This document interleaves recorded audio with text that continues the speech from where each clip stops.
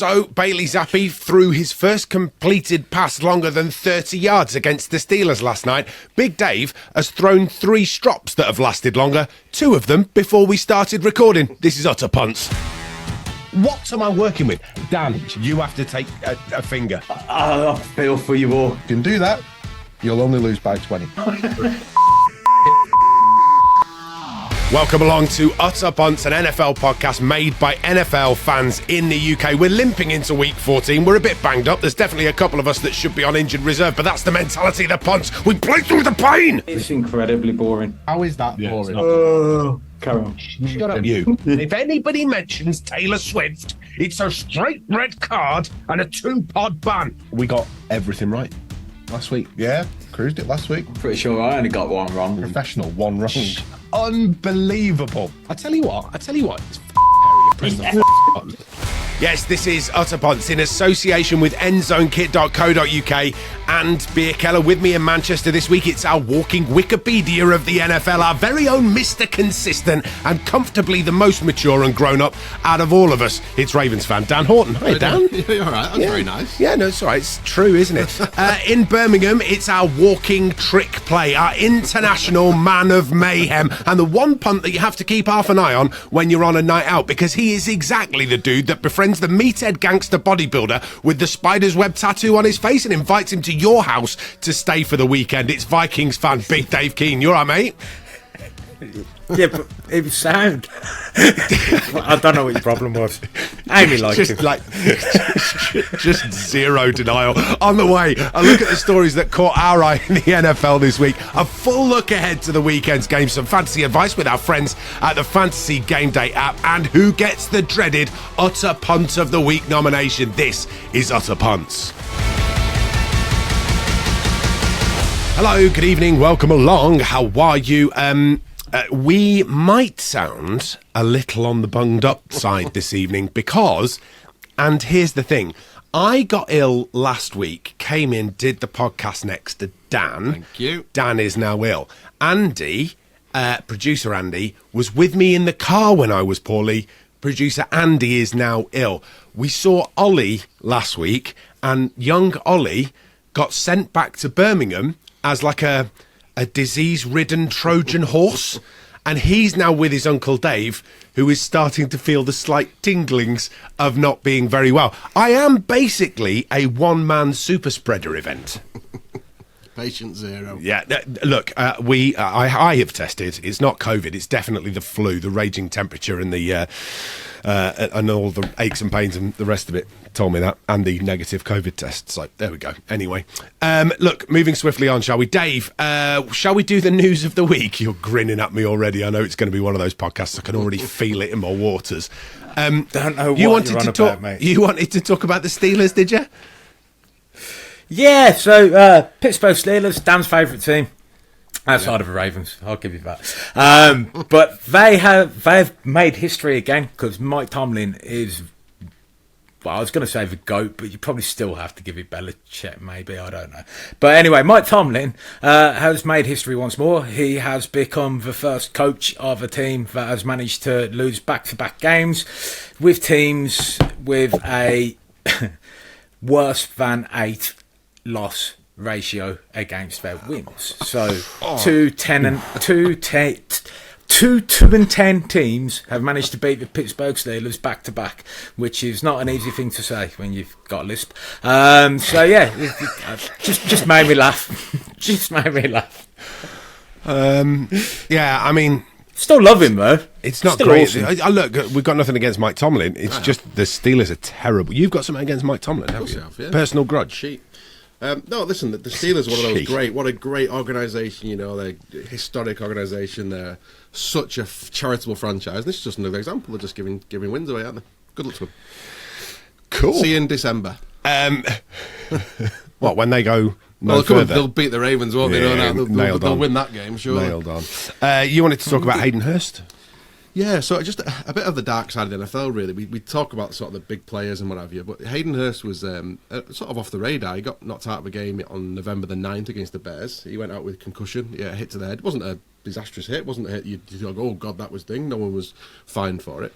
And And since then, so he's gone a bit quiet, but because he's not a big name, no one sort of really kept up on him. So he's not come back from the concussion protocol. And a fan has tweeted out to him just to ask how he was, really, on X, and he replied saying, "Oh, thanks very much for letting me know, for reaching out." But his dad's then come out and said he's got post-traumatic amnesia from this hit. So he is, and he said he will be back. He's hoping to come back to the game. It's not a career-ending injury, but it just goes to show that the severity of some of the game that we watch and we cheer on, and we get disappointed if people are missing for fantasy reasons and what have you. And actually, there's real life going on here, and that is a massive thing. Hayden Hursts was drafted by the Ravens. I didn't know a bit about him. He was drafted by the Ravens in the same draft as Lamar Jackson. They took him before Lamar Jackson, interestingly, before he got traded to the Falcons and the Bengals. And I think he's at the Panthers at the moment. But he had mental health issues in college, so he spoke openly about this. He tried to commit suicide in 2016 when he was drunk, and he's had battles with anxiety and depression throughout his life and throughout his career. And he speaks very highly about sort of mental health in the game and sort of encouraging young players and things like that. So it's a really interesting story, and I think good luck to him. Keep an eye out for him, and God bless him, and let's hope he gets back and starts playing well for the really good Panthers team. Well, don't come back yet. I mean, maybe next year. Come back next year. Yeah. When things have a couple of weeks off, potentially improved. Yeah. This is one of those things, Dave, that we all know exists, don't we, in the game? These traumatic head injuries that cause problems for people further down the track.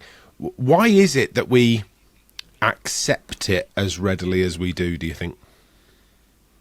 Well, okay. Well, first of all, definitely these days, players should be aware of the risks.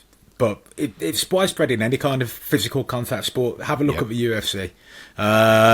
You've got people there who are combatants, who train hard, become, quite frankly, some of the most fine athletes in the world, most skilled, and yet it can even happen to them.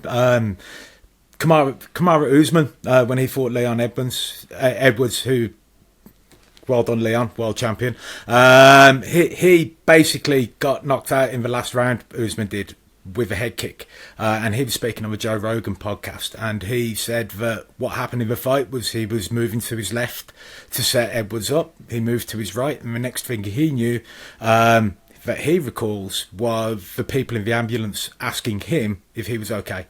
Now, the thing is, he wasn't unconscious for that amount of time. He basically got stunned and has a 20-minute nap where he was awake and speaking to people. But the UFC, where that kind of thing happens with them, there's enforced medical suspensions. People have to have brain scans to come back. Maybe the protection in the NFL is better because of a helmet, but at the same time, there's technology that can be used to make sure people are all right, which I hope they do employ, because they should be. Yeah. It's interesting. The helmet does two things, doesn't it? One, it's supposed to add a layer of protection, but it also adds a layer of confidence, and occasionally false confidence, that you're going to be all right going into those collisions. I find this really fascinating because I am a big fan of contact sports. So I love rugby league, rugby union. I love the NFL. And one of the things that I love about it are those huge, monstrous collisions in the middle of the field that these athletes are putting themselves through. They understand that it is part of the game. However, you also know that the governing body has a duty of care to its players. It's a really tricky fine line for a governing body to walk, because they want to keep the excitement and they want to keep the element of physicality in the game, but what they don't want to do is do that at the expense of the safety of people that play the sport. Absolutely, and I have the argument whenever you hear this sort of, I call them a bit moronic, where they say, they're trying to they're taking the fun out of the game, they're taking these big plays out of the game. Actually, this is real life. These are real people. They're not people in your fantasy team. They're not people that they're real human beings, and they have real lives. Kids and I think you always have to, when you watch this game, you should appreciate the sheer quality of their effort that they put in, the risks that they take walking onto the field every week, and really just appreciate them for that, and back the league. If the league are trying to make things safer, then they're trying to make things safer. If this happened, imagine this happening in the Super Bowl to Christian McCaffrey, an absolute megastar of the game, or one of the quarterbacks. Imagine one of them getting hurt by one of these hits and being carted off and then never playing again. Yeah. because it's Hayden Hursts, because it's a tight end, maybe he's not as high profile, but it's why I want to talk about it, because it's something we should talk about, and I think it is part of the game, and it's something we should all back when they're trying to make the game safer. For me. Anything else, Dave? Just there's techniques which can make it safer. Like I still think that they should be investing an awful lot of time and effort into coming up with something better than a big metal helmet. But I also don't want to see them wearing silly things as well, right? So I mean, it's give and take. There should be room for technological improvements within the game, which allow the spectacular play, the high impact athleticism to take place, but also keep the players safe. Like. That for me would be the sensible thing, rather than splitting the revenue from the NFL directly between the players and the owners.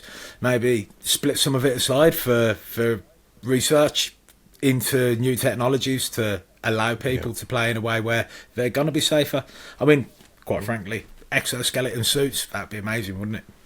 A little bit sci-fi. I look, bring on the sci-fi. That's what I say. Look, all of the sports that have an element of danger have a duty of care to their players, and they have a duty of care to try and find ways to make the sport safer. We've seen it in the likes of Formula One with the introduction of the halo and the head and neck restraint gear that they use in Formula One. And actually, now a Formula One cockpit is an infinitely safer place to be than it was even 5 or 6 years ago. And let's just hope that they can employ the same kind of stuff with the other sports that we love to keep them safe. I'm going to move on to something a little bit less serious and a little bit more trivial.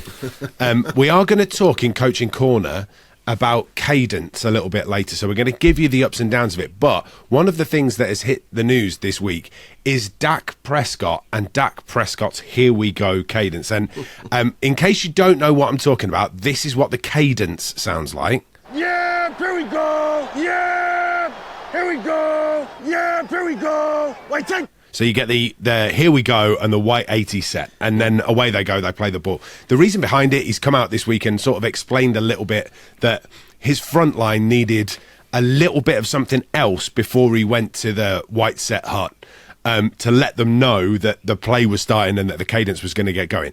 The reason for bringing this up is that I know that Dan loves cadence in the game. Dave, I know that you think it's a vital part of the game.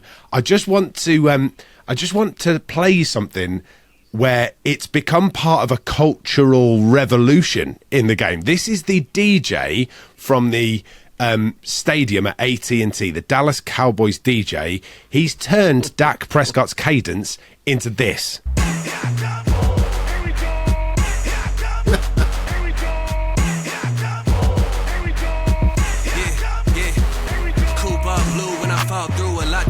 Cause how you walking with a lion got me feeling like Micah. I've been known to wear the team on my back like a biker. Shorty want me with a star, but you lucky if I invite you. We can take it to the next spot. They yelling like Prescott. Everybody like, there ain't no breaks, no rest stop. It's absolutely, it's brilliant, and it's got everybody talking about American football in a weird way. My favourite video of the week came on the Dallas Cowboys Twitter feed, where basically they got the entire offensive unit to try and do an impression of Dak Prescott, including Dak Prescott, who did the worst impression of himself, which is just brilliant.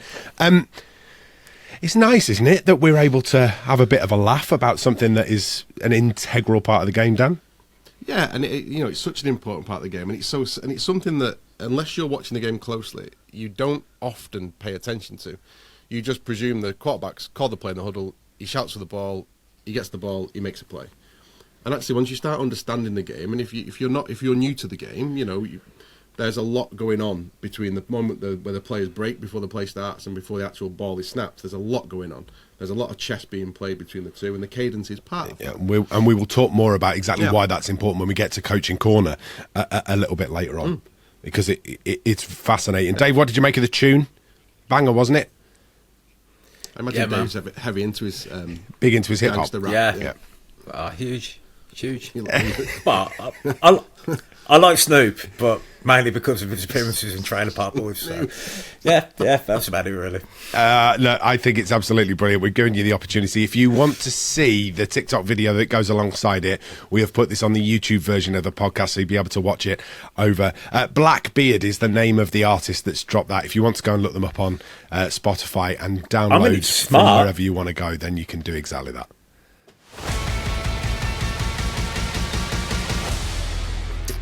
I don't. I know you were trying to say something there, Dave. Producer Andy got a little bit trigger happy. I'd left a lovely Dave-sized gap, and he parked a massive truck in it for you. No, it's all. I did just want to say, obviously, it is incredible. It's really great talent. I just don't get it, but it's not meant for me. So You are not the target audience, Dave. I get that. I am We not should the do one target with audience. like add Dave's outtakes and call it DJ Gingerbeer. Oh, that's a great idea. We'll make a little TikTok video. And what genre should we turn you into, Dave? Just casualty theme. Dr. Dave. I've no idea. Dr. Dave. Just I mean- Skull in the background. And endless rants about This Kirk strikes me Cousins. as pretty terrible content, but carry on. It's only terrible content because you don't want it to happen. We would make it work. Let's talk next, shall we, about endzonekit.co.uk. Absolutely brilliant. If you're looking for some new threads to wear to support your NFL side, in fact, if American sports side, whether it's college football, NHL, NFL, you name it, they've got it covered for you. In fact, just play the record. Utter Punts is proudly sponsored by one of the best kit suppliers out there, Endzone Kit. Endzone is a transatlantic company whose mission is to make finding kit a little bit easier and a little bit more affordable so you can represent your favourite American sports teams. Whether you're looking for NFL, college football, baseball, hockey or basketball memorabilia, Endzone's got you covered. With sizes from newborn up to 3XL, anyone can find something at endzonekit.co.uk. And one of the things that we love is that they have a whole range of retro and pre-loved gear so you can rock your vintage style while supporting your team. So why not head to endzonekit.co.uk and find yourself a bargain. And because you listen to Utter Punts, you can have a 15% discount at checkout when you use the code PUNTS. endzonekit.co.uk, the place to go for your American sports kit.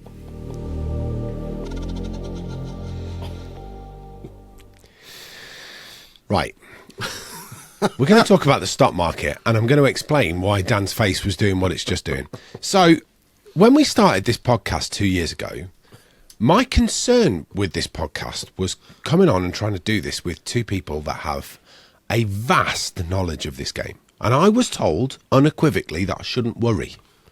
I was told unequivocally that I would be looked after and wouldn't be let to be made to look stupid. That's what I was told. So I agreed. And I thought, yeah, do you know what? I will put my voice talents to this and help these two create a brilliant NFL podcast in the UK. Great job. Up Great next, the stock market game where these two have sold me down the fucking river. The pair of them. The pair of them. The command you have of this podcast. You were supposed to help me. You, when I text you before that episode when we were picking them, you said, no, I think that's a sensible idea. And if you would like me to go back and get that message, I absolutely will and plaster it all over the screen. But no, you didn't. I am currently bottom of the stock market game. However, I am still in positive points, so I'll take that as a win. +5. However, I did pick the Commanders to do better than they did last season. They are currently 12 positions worse than they were last season, and that is costing me. Dave, you have had a rather dramatic fall from where you were last week, and the gap between you and Dan is now 20 points. You're on +17. You are being let down by the Tennessee Titans. Dan, however, is absolutely flying. He's on 37 points. If you've forgotten the rules or you haven't heard this before, essentially we pick 4 teams, 1 to do worse than they did last season, 3 to do better than they did last season. For every position better that you finish, you get a point. Or if you're, the one team to be worse, every position worse that you are than your position last season, you get a point. You also get negative points if you end up in the opposite position to that. It was a fairly simple task, I thought. All I will say is the scores on the doors would suggest that you two have let me down, wouldn't they? That's what they would suggest. Well, the evidence in front of me would suggest that you two have let me down. Can I say you did pick the Bears. They were nowhere near my list. Yep. but the evidence actually shows that you went to Dan for help. That's what it shows. What, my brother-in-law? You were in competition with him. Yeah, but you were the man who tells me constantly that he's got my back and that he'll look after me. Well, listen, I think... Oh, yeah, here we go. Anybody hear that faint beeping of that JCB reversing? reasonably, I think we can expect. Listen, it looks good at the minute because we've all got teams in the NFC South, which is a garbage fire, isn't it? And at the minute, fire, Dave hasn't, but you and I, we've got the Bucks, the Saints, and the Falcons. And listen, at the minute, that's in one position, but on Sunday night, that could be completely different. And you're probably talking about a movement of 15 places because one of these teams is hosting a playoff game in January. Yeah. Regardless of what happens, one of these teams, even with the losing record, is hosting a playoff game. And that could easily be the Saints. I picked the Bears because they finished in last place last season, so I figured that there was no way that they could be any worse. Well, actually, they're not doing bad. They're doing well. It's the Commanders that are... Yeah, but Commanders, listen, we couldn't foresee them selling off all their best players, could we? No. Really? No, except you two both did because you didn't pick them. Well, why would you pick the Commanders? They've done stuff for. Quarterback's got the most passing yards in the league. Huh? The quarterback's got the most passing yards in the league. If it had been a quarterback, how many turnovers game. Yeah. It wasn't, though, was it? Don't worry about that. No. Don't worry about that. Look, Stock Market is one of the fantasy games that we play here on Utter Punts. It's our own little creation. We enjoy it. We would recommend you play it with some friends as well. And if you are interested in exactly what the rules are, you can get in touch with us by dropping us a message on any of the socials. Just search for Utter Punts Podcast. One of the other things that we play is daily fantasy with our friends at the Fantasy Game Day app.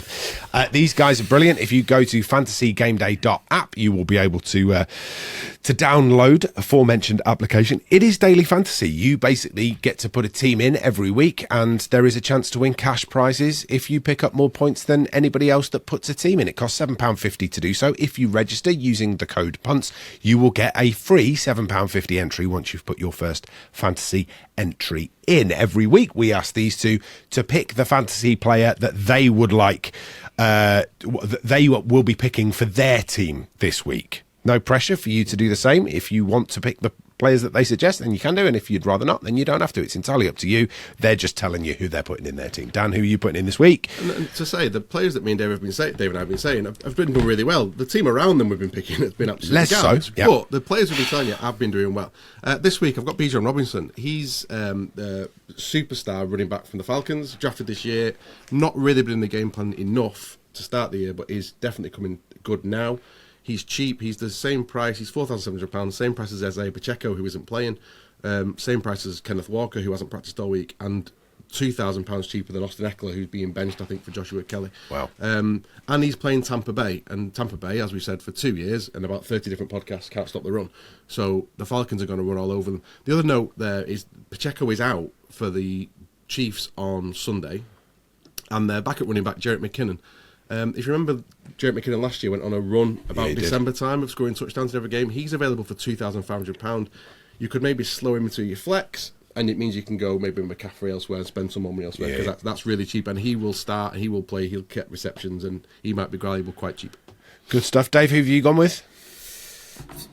Well, for this week, I quite like the matchup with DK Metcalf going up against the 49ers. I think, don't get me wrong, I know who I expect to win that game, but I do think that they're going to have to throw the ball. It looks like Geno should play, but if he doesn't, again, I think it's just going to be an awful lot of targets for Metcalf. We're getting to the business end of the season. They need to win. They're going to be hitting their main playmaker as often as they can. But the player that I hate in this game is Arcane, because 2 out of the last 3 weeks, he's cost me money. The first time when he played for 3 snaps and was my captain. And then this week, he basically came back from injury and managed to usurp Mostert, who was my starting running back. I'm getting sick of this game, although it is an awful lot of fun. I've got to say, the joy that it's bringing me after you two sold me down the river with the stock market game, it's what's actually becoming more and more clear is that maybe you aren't the fonts of all knowledge that I anticipate that you are. Fantasy's a tough win. Timing's wrong, mate. I was 2 weeks out. Yes, and will continue to be for the rest of the season. Look, always gamble responsibly. If you feel like you might need some help or you want to figure out a way of being a little bit more responsible, you can head to a number of websites. We pick begambleaware.org or any of the links that we post in the description. On to the previews, gentlemen. Some great games in here this week. Really looking forward to this weekend. We will start Sunday, the 10th of December, 6 o'clock game at M&T Bank Stadium. The LA Rams against the Baltimore Ravens. A 6-6 record for the Rams against a winning 9-3 record for the Baltimore Ravens. The Rams have won 3 games in a row, and this makes it very interesting. Rams on a bit of a roll. Ravens need to stop them. Yeah, Ravens have had a bye week, so they've had a fairly late bye, so they come into it fresh. They've had a good look at the Rams. I think the Rams played the Browns, and they've played a couple of division games, and they've played well. Their offense looks balanced. They've got Kyron Williams back, a rookie running back who Sean McDermott was joking about being in his fantasy team this week.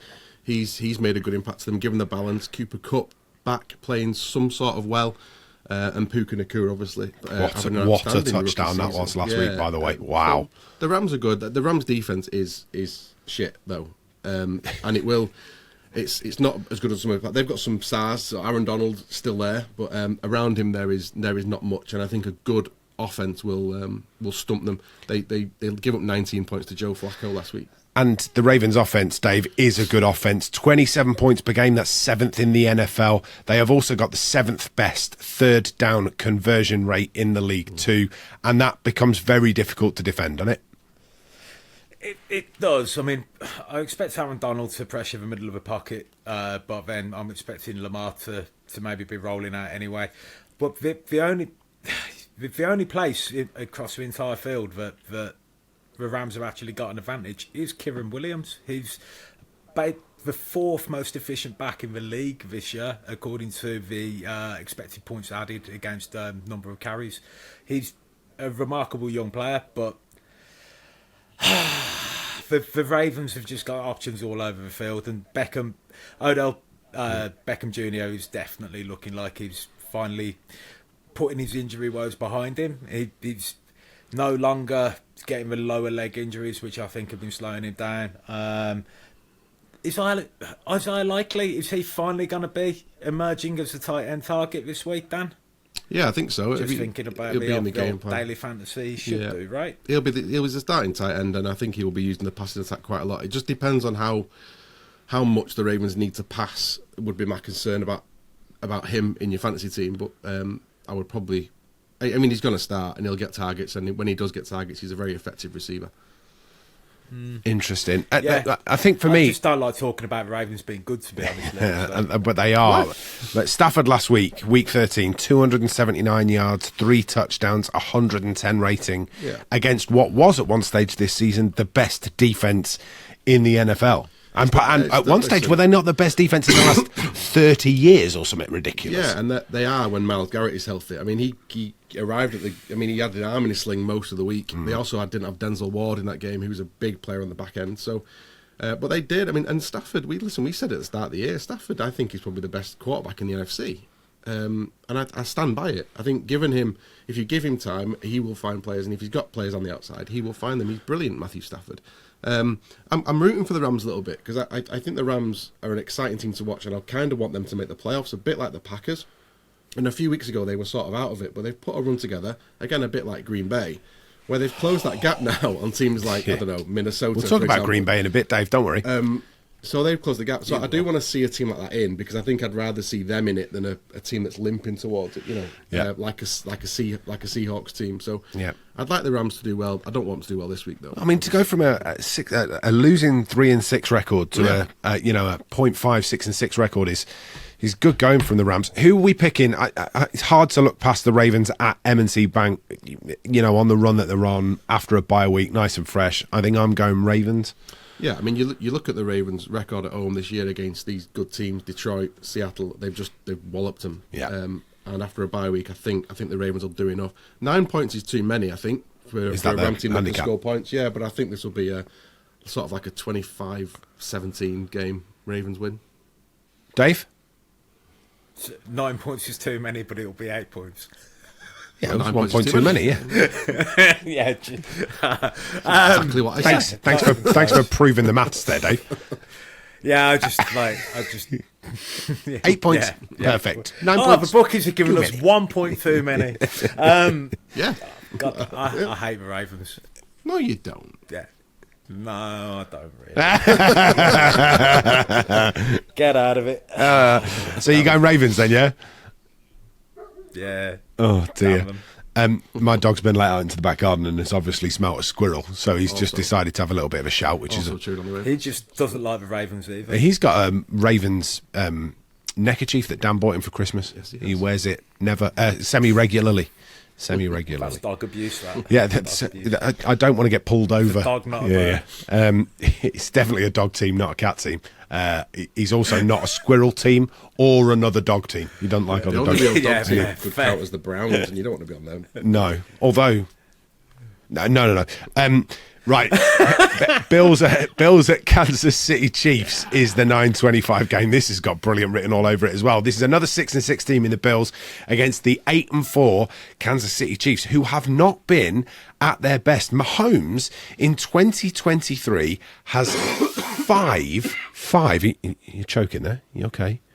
He's all right. Has 5 sub-80 rating games. That is absolutely astonishing from a quarterback who we all know is a future Hall of Famer and has had incredible success.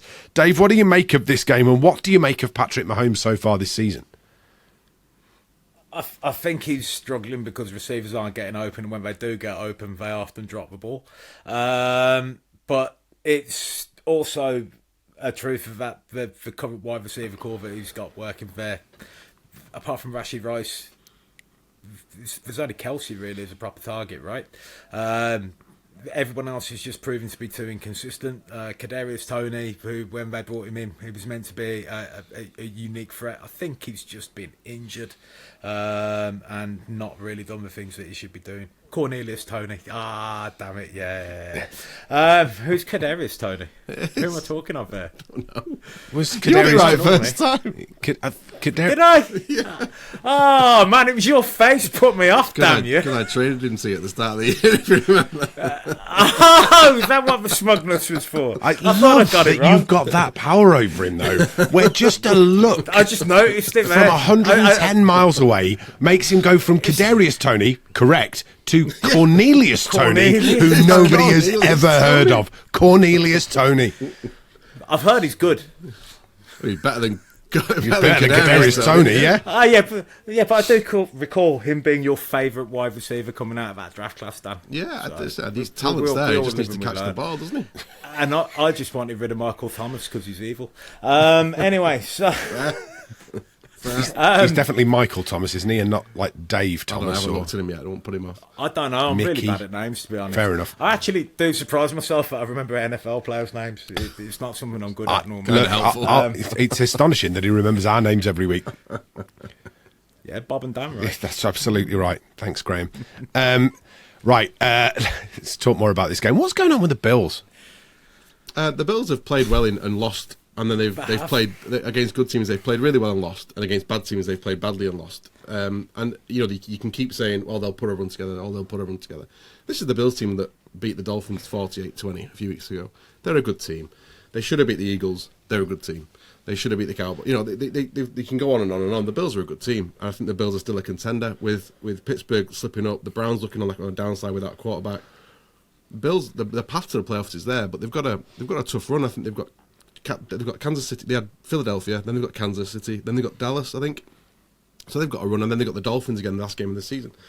So it's in their hands. The Bills, they're a good team. They play well, and this is Josh Allen's sort of time of year.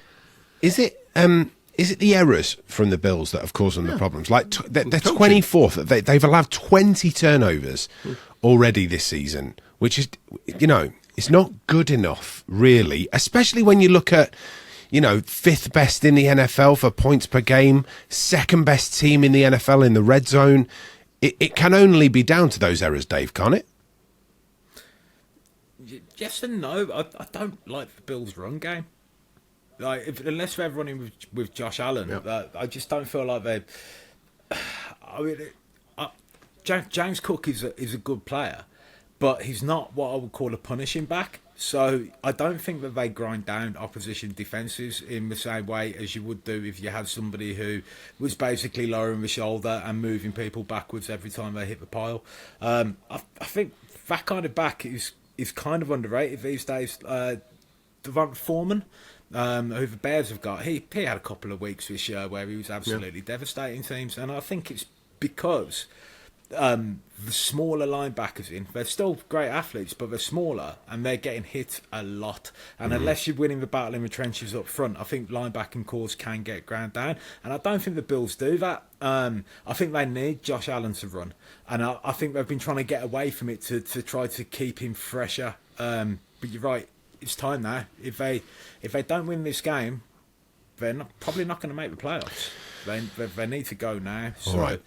I'm expecting it to change, and I'm expecting Josh Allen to be allowed to run with the ball an awful lot more. I'm having a very nice time, and it means that I'm losing track of time, so we do need to get a bit of a wriggle on. So Buffalo or Kansas City, Dan? I think Kansas City are still a team to beat in the AFC, but I think they're about as beatable as they've ever been. Yeah.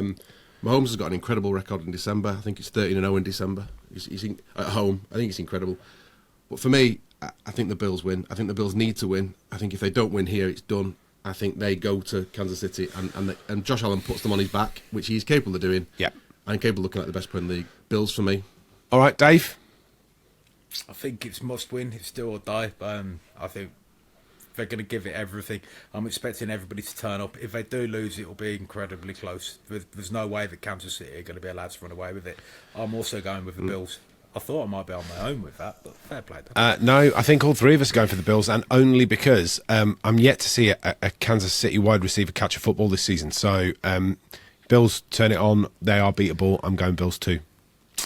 You convinced me. Right, Philadelphia Eagles at Dallas Cowboys. This is another tasty old affair. 10-2 Eagles off the back of a loss against San Francisco last week in what was a banging game, by the way, that 9-25 game last week, versus the 9-3 Dallas Cowboys. Cowboys have won 6 out of their last 7 games. It's an absolutely incredible run that they're on. But normally when I say this, I turn to Dan and Dan says, yeah, but who have they played? They haven't played anybody decent. And watch what happens here. They're on a great run. They've won 6 out of their last 7 games, Dan. Yeah, they've beat the Pats, the Jets, the Panthers and the Commanders and the Giants. Well done. Here's your badge. And whenever they came off that loss was against San Francisco when they played a good team. And against Philadelphia when they played a good team. These are the games they lose. And I don't see anything in Dallas to tell me that they've got better or they've improved. And, you know, there's a stinker on the Eagles now because they've lost a game. They're 3-1 in the last 4 weeks against the Chiefs, the Bills, the Cowboys and the 49ers. The Eagles. That's the bad Eagles team. This bad Eagles team that's on a bad run. They've lost one game and you got to get over it. For me... Against the best team in the NFL. Yeah. Against a matchup that didn't go well for them, that they weren't healthy for, and that San Francisco came in with a real mission to do. Listen, Philadelphia will win this game. There'll be a load of points in it, and it could go either way. So it could be, it's 38-35. It could be a Cowboys win. It could be an Eagles win. Ultimately, it doesn't matter because after this, the Eagles go on a really easy run, and the Cowboys play teams like the Bills, and the number 1 seed goes to Philadelphia. I think they win this game. I'm going to give you a stat, Dave, before I throw to you that backs up everything that Dan's just said. Are you ready? Go for it. The Dallas Cowboys are 9-1 against teams under a 0.5, so an even record. Yeah. They are 0-2 against teams above a 0.5 record. What record have the Eagles got? There's definitely a winning record. What do you make of the game, Dave? Well, it's quite interesting. I don't know what it is about this week, but I find the passion for my hatred of the Eagles drained slightly. I don't know why. Maybe it was watching them take an absolute whooping. I mean, it was great. I expected the Eagles to come back and they didn't, and I kept expecting them to come back and they didn't. And what I'm hoping is the Dallas Cowboys, who are bullies, have seen that and thought, oh, maybe the Eagles are a little bit wounded. Maybe taking a little bit of inspiration from the fact that they did see the Eagles beaten down. They'll know full well as well that the Eagles will be coming out firing on all cylinders, trying to basically... They're going to be in the way of a backlash. But this week, Mike McCarthy's been ill. He's had acute appendicitis. He's been rushed into hospital, and he's still looking to come back and coach. So I think that little bit of adversity and the little bit of feel-good factor around the team as well, due to the Cadence thing from earlier, the wonderful video that it was. What was he called again? I've forgotten. Dak Prescott, he's the quarterback. No, I know Dak Prescott, mate. But what's the name of that video? This one. You mean?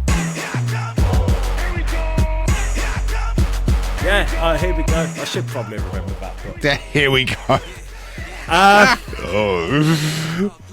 dear. I don't know. It's one of those. I do think that if they are going to beat the Eagles, now will be the time to do it. Yeah. I find it difficult to especially as I do think that Hurts did look quite badly hurt in the first half of the last game, but then in the second half it seemed to be moving a bit freer. But I don't know.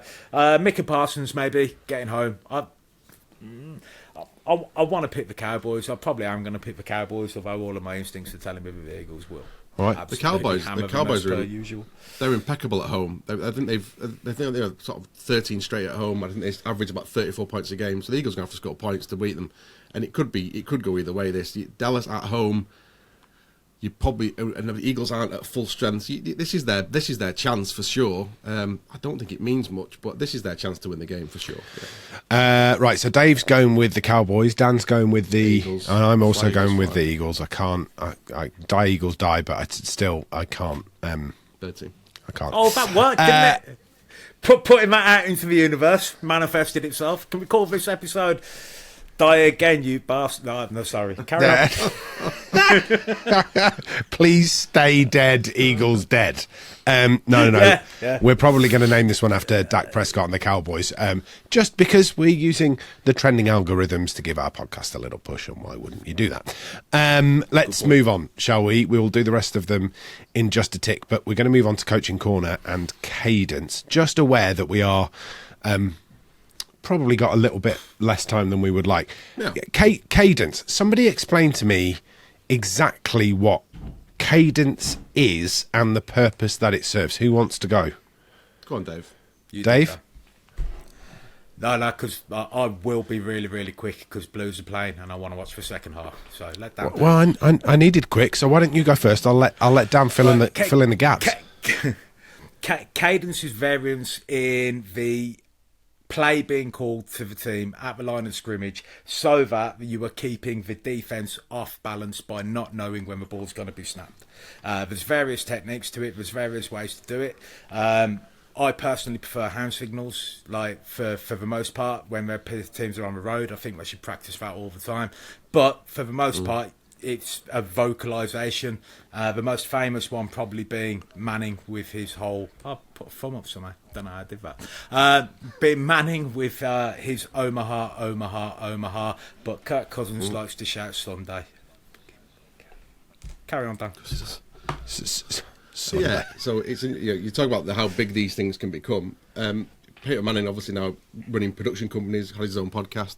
That is called Omaha Productions. It's named after his Cadence.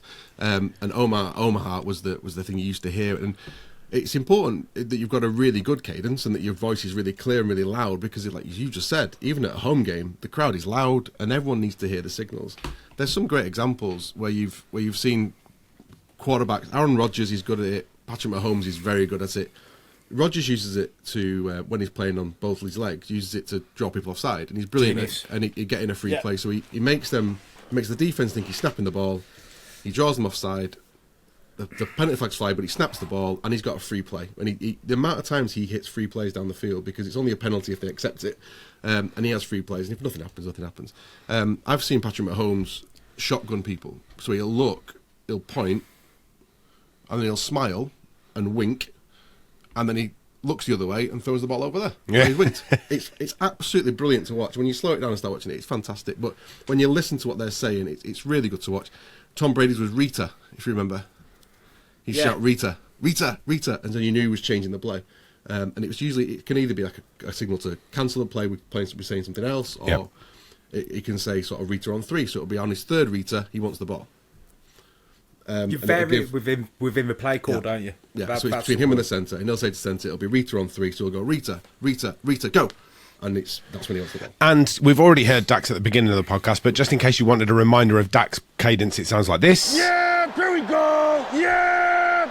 Here we go! I like that. Here we go! Wait, take! I mean, it's clear. It's clear. I mean, Here we go. you'll hear that just as he throws an interception on a Hail Mary when they're getting destroyed by the 49ers in the second round of the playoffs. Love it, love it, love it. Look, we'll be back with the second lot of previews in just a moment. We'll also give you our Utter Punts of the Week nominations, all coming up after this.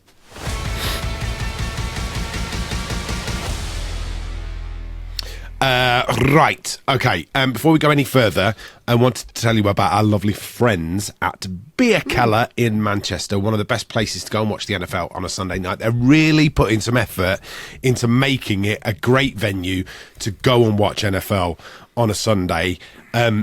We are in talks with them for hosting another couple of watch parties before the end of the season at Beer Keller in Manchester. Keep an eye out on our socials for that one. And, of course, we will let you know once everything has been decided, sorted and boxed off. But I reckon we've probably got another 2 live shows between now and the end of the year, which would be absolutely fantastic. Beer, wings, shots, burgers, pizzas, huge TV screens in 4K all around the venue, and like-minded people to watch the NFL with. It's absolutely brilliant. If you've got a Beer Keller near you, get yourself down there. Merseyside, Manchester, Halifax, Leeds, Nottingham, Birmingham. Just go and find one and enjoy your NFL on a Sunday night. Talking of not enjoying NFL on a Sunday night, Green Bay Packers at New York Giants on Monday Night Football. The New York Giants have allowed 21 sacks this season. That makes them the 3rd worst in the NFL. The New York Giants have allowed 4.6 yards per carry to running backs over the course of the season. They have taken 69 sacks this season. So they have handed out 21, which is the 3rd worst in the NFL. They have taken 69 sacks this season. Nice. I mean, is it any wonder that they've got 2 out of 3 quarterbacks out injured? And every time one of them looks close to coming back again, they take a sniff of a grass field and realise that front line is just not there and decide, no, you know what? No. It's just putting yourself in the firing line. This is one-way traffic, isn't it, Dave? Yeah. In all honesty, you have no right side of your offensive line. You need a mobile quarterback. Like there's a couple of turnstiles. I mean, I feel harsh saying it. They're still developing players.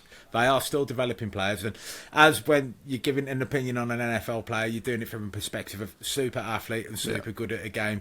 But there's degrees of it, and at the moment they are getting absolutely worked over, and as a result, your QBs are in trouble. There's also a problem when they hang on to the ball too long, and I don't think you've got anyone who's got a particularly quick release there.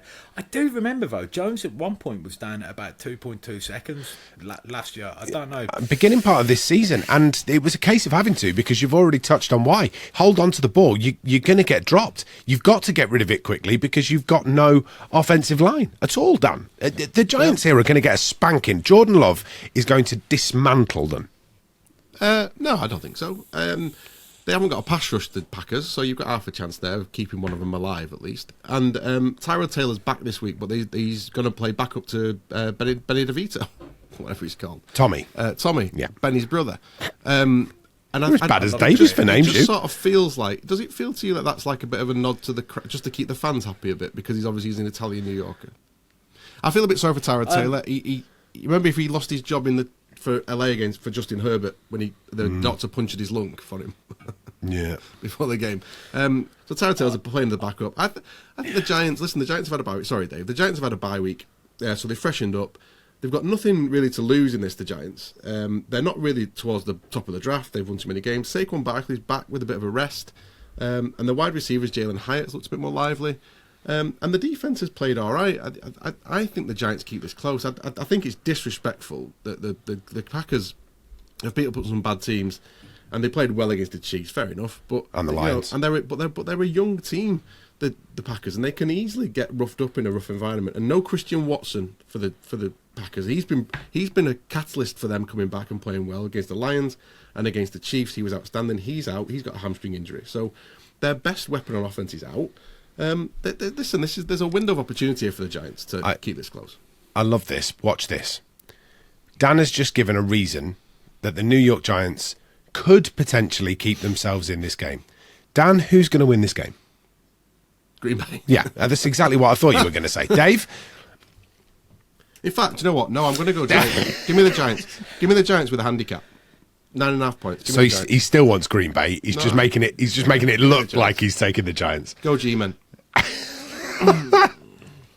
I think you're wrong to say that the Packers have no pass rush. I just don't think that they blitz enough, but I think that they probably will against DeVito. All day. They've got Key Walker, right? Quay Walker.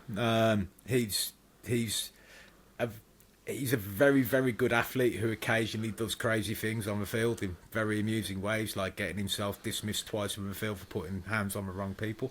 But he's someone who I think could cause a bit of damage, particularly if they let him pass rush from the linebacker position. But, I mean, like, the Packers are probably going to make playoffs, aren't they? So, Yeah. Jordan Love's looking like a fairly good quarterback. Yeah. I hope you guys absolutely. They're doing well with an awful lot of injuries. I don't appreciate it. I don't like it. I wish they'd stop. Which way are you going, Dave? They're not gonna. It's Packers all day. This Really is a really funny game to watch how quickly the NFL season turns. And as a fan, when you're rooting for one team in a few weeks and all of a sudden you're rooting against them. So at Thanksgiving at the watch party, Dave was cheering on the Packers to beat the Lions because he thought the Vikings were going to catch the Lions. Yeah. And now he's worried because the Packers are looking far too good and they're going to knock the Vikings out the wildcard race. Yeah. So now it's all of a sudden, go G-Men. Go Giants. Everybody's a Giants fan all of a sudden. Yeah. It's a bit of a shame there were about 100 witnesses to me saying that. As well. I'm going to take Green Bay just because I've got no faith in New York Giants. They seem to be able to win the games that you don't want them to win and then somehow throw the games away that actually you quite like them to do well in. So I'm going to take the Packers. Just then at least I've got something right. At least I've got something to be cheerful about when they. I think Tommy tank DeVito's again. better than Daniel Jones. Hard to disagree, but I mean, it is just varying sort of sometimes it's levels a spirit, of man. dreadful. Listen, Monday night, New York, lights are on, New Yorker. Come on, let's go. Right, okay. I like him. Annoyingly, the NFL have gone back to having two games on a Monday night. So, as well as the Giants, you've also got Dolphins At the same hosting time. Tennessee, Same time. exactly the same time, and that makes it really tricky. Such a tough decision on which game you're actually going to watch here, isn't it? It's really, really hard. Do you want to watch the Miami Dolphins beat up on the Tennessee Titans, or do you want to watch the Green Bay Packers beat up on the New York Giants? Which way's it going to go? Hard Rock Stadium for me. 9-3 Miami Dolphins against the 4-8 Tennessee Terribles. Look, this is Dolphins. This is Dolphins all the way. 32 points per game, second in the NFL. They are first for yards per game. The Titans defense has allowed 312 yards and 2 touchdowns against Gardner Minshew last week. Like, I'm sorry, but coming up against a brilliant offense in Miami, this is going one way and one way only, and that's the Dolphins. Okay. Dan? The Dolphins are the number one seed in the AFC at the minute, Yeah. which is good. But the knock. Remember the knock on the Dolphins? They've not played anybody. They're the Dallas Cowboys of the AFC, right? So when they play a good team, when they played Buffalo, they've lost. When they played Kansas, they've lost. When they played the Eagles, they lost. They're not playing a good team, though, mate. No, I know they're not. But why do I now think the Dolphins are a real contender? Because no one's talking about them as a Super Bowl contender, and they should be. The difference is Jalen Ramsey. Jalen Ramsey, they signed in the offseason. He came in, but he got injured, so he never actually started the season. And their defense looks shaky against some of these big teams. He's back, and he is playing brilliantly. And he fits this Fangio defense really well. Fangio likes to have this player that's a bit of a hybrid that can cover across all places. And Jalen Ramsey is playing lights out. And I think the Dolphins are a serious contender. And if you're looking at a Super Bowl winner, they are dangerous. They are dangerous. There is only one team to have scored more points this season than the Miami Dolphins. Do you know who it They is? score 70 in a game. I mean, it's But still, somebody has scored more than they have. Do either of you know who Dallas, it is? surely, is it? What's your Dallas, guess? must be Dave, Dallas. your guess? I didn't realise anyone had scored more than. Just 4 points more is the difference. 388 plays 384. It's Dallas. It's Dallas. Dallas has scored 388 points this season. Incredible. Manager playing in the NFC East. Incredible. I know. God, it would have been a walkover. Dave, what do you make of the game, mate? Tennessee at Miami. I'm just disappointed in Tennessee. I have been all year now. I think Jeffrey Simmons is out injured as well. That means that they're not really going to be pressure in the middle of the pocket. I'm expecting Tua to have a good game. Yeah, it's going to be a bad day for Tennessee, I think. So, but I am quite. I think Derrick Henry might be out as well. I think Derrick Henry might be out. He had a concussion, didn't he? But he's trained all week and he hasn't been on the injury report. But he is superhuman, so maybe that's just any team with him in has a chance, I think. Okay, picks. Levis has been interesting, but yeah, Dolphins all day long. Yeah, Dolphins for me. You're not thinking, Tennessee. About this, really, are you? I'm going to Tennessee. I think big players, big night. I think Levis is due a big game. DeAndre Hopkins, it'll be interesting to see, but I think he's due a game. Derrick Henry can go for 200 yards and 3 touchdowns. Or he doesn't. And without Jalen Phillips, this Miami front, let me see it. Let's go Titans. All right. Wilkins. With the 13.5 point handicap. Yeah, I was going to say, and I'll take the handicap. Thank you very much indeed. Yeah. Right. All okay, right. with a handicap, I still think it might not be enough. No, I'm still going Dolphins. Look, we are running late. The French debt collectors at Las Vegas Raiders, Le Chargers. This one, Thursday night football. They've obviously both got a game before they play one another. Lucky them. This doesn't exactly, Dave, fill me with the joys of I want to stay up till 1:15 in the morning to start watching it. What has been with Thursday night football? What was that abomination they put on last night? What was? Oh, it's Steelers, God. Oh, God, yeah. So yeah, I mean, who really cares who wins? No, I'm only messing. How long have the league got to flex this out? In it. You can't flex out Thursday night football. I can't flex that out. They can't flex it out. Otherwise, they would have done. Listen, the Vikings are playing Las Vegas as well, so like the likelihood is they might be coming in on a bit of a high. I don't know. It depends on how that one goes. But Jefferson's back. I'm expecting us to beat them. But the Chargers are just so inconsistent. About the Vikings. I don't know how that's happened. If you would like more Vikings content, you can go and have a listen to the conversation that Dave had with his nephew, with the former Jake Reed. Yeah, the former Minnesota Vikings wide receiver Jake Reed, part of the legendary 3 Deep. That podcast is available. If you're waiting for a bit of Justin Jefferson content out of that, it is on its way. I've timed it perfectly so that it lands over this weekend ahead of Justin Jefferson back for the Minnesota Vikings. So keep an eye out for that one.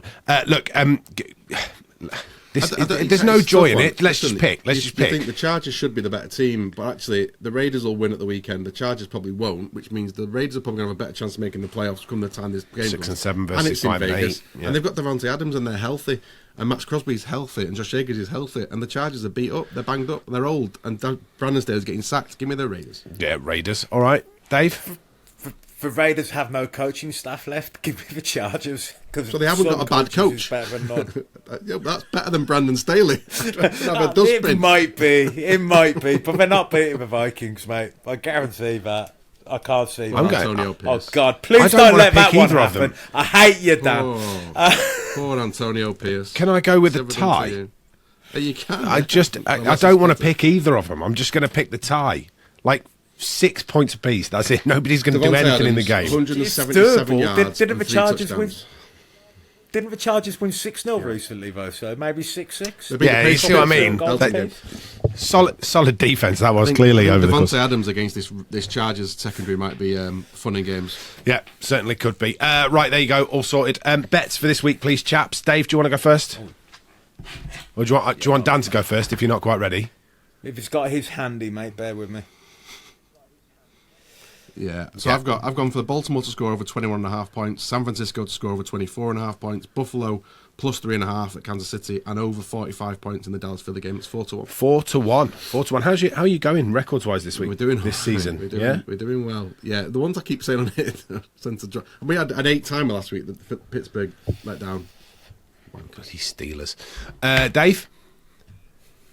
So this week, Alvin Kamara to score 2 touchdowns against the Panthers. And then that's going in a treble with Bijan Robinson to score for the Falcons. I agree with Dan. I think he's going to have a good weekend. And then I've got Joshua Dobbs going in as a running touchdown scorer for the Vikings because, let's face it, if you're going to talk about dropping him and then playing him, you're going to try and get him something around the goal line. That comes in at 14-1, which isn't too bad. I had a nice 25-1 winner for the week we didn't do the bets. Liam, that's your fault. We probably didn't get to know about that. My fault? Why was it my fault? Yeah, just because you made the sensible decision to cut the pod short. I'm not saying you were wrong. I'm just saying that you cost the public something important. Or saved them some money after your terrible suggestions. It depends which way you want to look at it. I might be the hero in this story. It was a 25-1 winner. Liam. Can you tell me where it was? Yeah. Winner. Was it? Yeah, Can you give me the details of that? No, he did. Did he? Bear with me. Was it accurate?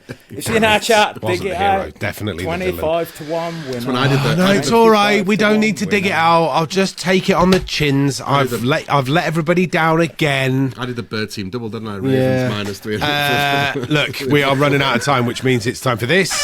And it is time for our Utter Punts of the Week nominations. Dan, you are going first this week. I've got Jamal Adams, who former New York Jet safety, kicked off, wanted to get traded, hated New York, got traded, got what he wanted, has had a bit of a running beef with a journalist called Connor Hughes. Connor Hughes highlighted on Twitter play against Jake Ferguson for the Cowboys where Jamal Adams was beaten like a bad player, and he put the yikes underneath it.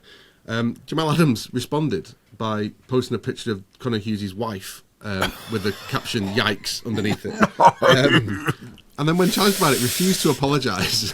I think spend less time on your social media, spend less time in a battle with somebody, and maybe play like your 2 first-round draft picks that the Seahawks gave up for you because it's been a disaster and you're shit. So focus on your game. Come after me if you want. Do you know? Yeah, I have a bit of an issue with this. It's keyboard warriors, isn't it? Yeah. It's keyboard warriors. There is no chance that you would say that to somebody out and about with their wife because you'd get shut up very quickly. I just behave like a normal human being. Awful. I'm going Sean McDermott this week. Fair. And it's after the story was released about him using 9/11 in a pre-match speech. In fact, it was a training camp speech back in 2019. And I don't want to go into details of exactly what he said, but it's distasteful in the extreme. And one of those things that will not get you the positive reaction that you anticipate that it will get. It might work for 25% of the people in the room, might even work for 50% of the people in the room, but the other 50% you're going to piss off and you're going to annoy. It was ill thought through, and because of that, Mr. McDermott, you get Punt of the Week. Dave? Yep, so I'm nominating Mike Florio for doing what we've just done, which is to stir up a little bit of hate. No, like the whole Sean McDermott thing, completely imbecilic, but at the same time, in this day and age with what's going on in the world, like we do need to stop trying to make a bigger point about something which was stupid. And it was stupid. There's no doubt he should never have done it. Why you would think it's a good idea, I don't know. But at the same time, we don't know what goes on in Sean McDermott's head. He came out and he did say it was because he was directly impacted by the event itself, so it was prevalent in his mind. He lost a friend. The details of what they did in terms of using it as an example of teamwork, not appropriate. But it was never a vote of confidence in that horrific incident. It was a stupid, misplaced thing to do.